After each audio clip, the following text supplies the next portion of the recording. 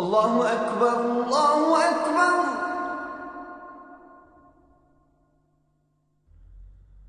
الله أكبر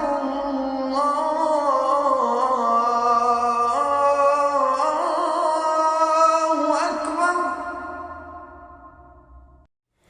Welcome to Let the Quran Speak. My name is Sophia, I'm your host. The aim of Let the Quran Speak is to help you gain deeper insights into Muslims and Islam, as it is practiced here and in other parts of the world. In this episode, who is a Muslim? What really does it mean to be a Muslim? What sort of principles and practices must one abide by? And what does it mean to be religious? Can we tell who is a Muslim? By appearance, or manner, or lifestyle? Can one be a non-practicing Muslim? And what sort of beliefs put an individual outside the fold of Islam? We'll answer those questions a bit later in the show. But first, internet addiction. A recent Toronto Star series shows that the problem of internet addiction is more common than we might think.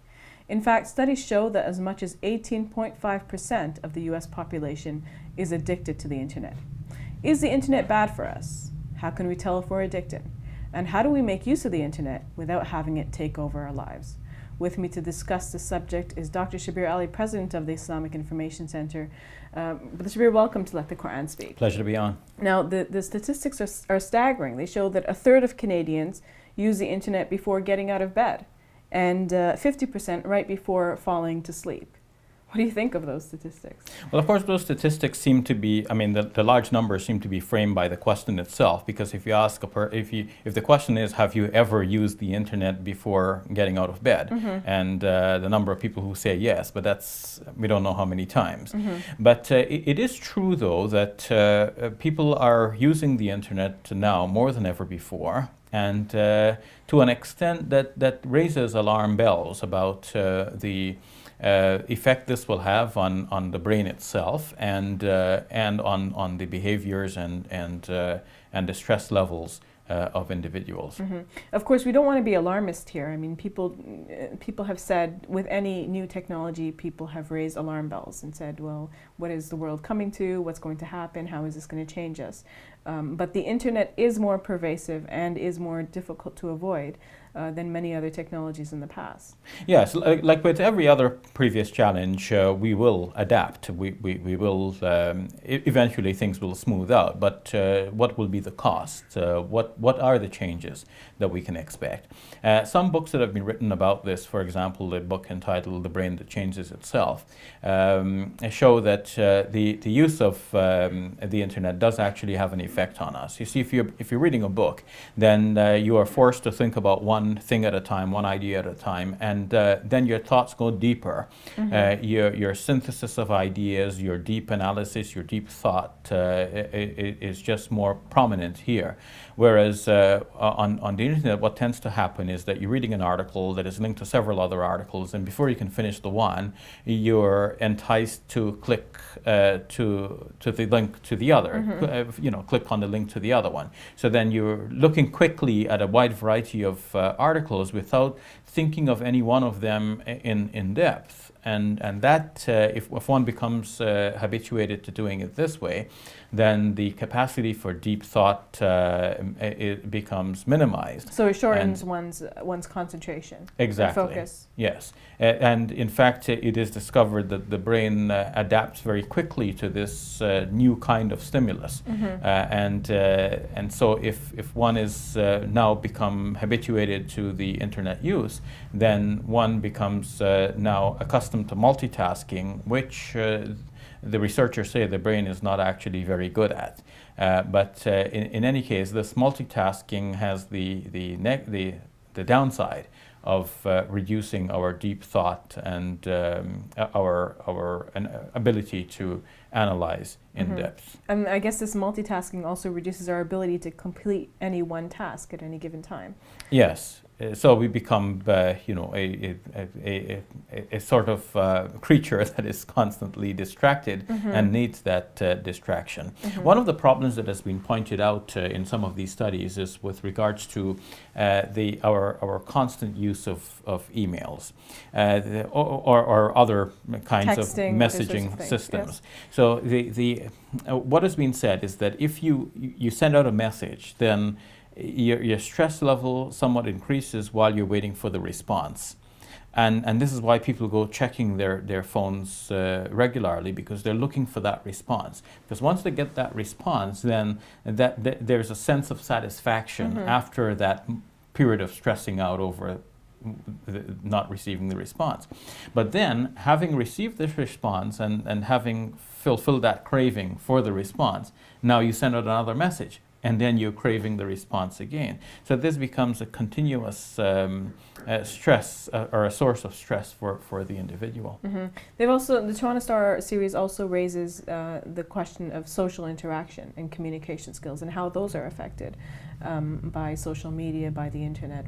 What are your thoughts on that? Yes, well, the point raised is that when we interact with each other in a face-to-face interaction, there is so much going on that is very subtle. There are facial expressions, and we're reading faces, we're understanding deep emotions from outward appearances and so on. But in an electronic sort of communication, whether by email or texting or so on, we don't have all of this phenomena to deal with. We're just dealing with the text one at a time. And it is thought, or it was found actually from some studies, that those who were more accustomed to communicating electronically did report that they have difficulty eventually in face-to-face communications. They feel that their peers do not like them and so on, and this may be related to the fact that they're losing their social skills at this level of physical face-to-face communication. Some people have many interactions online, but not many, in real life, interacting with people on a daily basis. Yes, and so many who have studied the issue would prescribe many solutions, and among the solutions is that one should get out there and do stuff and interact with people more. Join clubs, volunteer to do something so that you have some activity away from the computer. Have hobbies, people say. Exactly, and if you don't have one, find one, and develop one. So how do we tell if we're addicted? Because many of us do use the internet very heavily in this age. It's hard to get away from it. How does one diagnose oneself? It's not easy, but if as a general rule, addictions are detected when whatever it is that you're heavily involved with, it starts to affect other things that are important to you. So it's important to you to be at work at a certain time, but your addiction to this other thing is keeping you from being there at the right time. So it's stopping you from fulfilling your responsibilities. The Quran, in speaking about drinking and gambling, does actually hint at this, because it says that Satan uses these things to distract you from the remembrance of God. And of course, we know that the remembrance of God is linked to the awareness of our own self and our own well-being as well. Elsewhere in the Quran, we read that they have forgotten God, and God has caused them to forget themselves. So it so happens that when one is addicted, whether to the internet or something else, that one forgets one's prayers, one forgets God, and as an extension of that, one even forgets one's own responsibility. In fact, so Islamically speaking, then, what you're suggesting is that internet addiction could be considered a vice, then? Well, it is a vice. Addiction to almost anything is a vice, because the Quran speaks of moderation in doing things. Even good things should be done in moderation. Even prayer should be done in moderation. Muslims are not encouraged to pray continuously.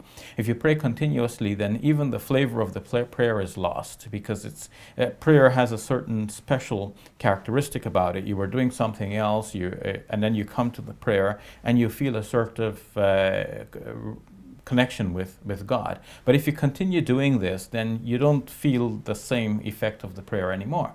So even that flavor of the prayer is lost. But more so to the core of the problem here, if you just focus on this one thing, then you neglect so many other areas of life, and everything is important to form the individual as a holistic entity. You need some prayer, you need some recreation, you need some exercise, you need some interaction interaction with family and friends. You need some hobbies, some things to take your mind off of the things that normally would stress you out. You're doing something that does not really have a time limit. It does not have a deadline to meet. You're just enjoying yourself, but that too within moderation and with due limits. All right, thank you for that, Brother Shabir. You're welcome. We'll take a break. When we return, who is a Muslim?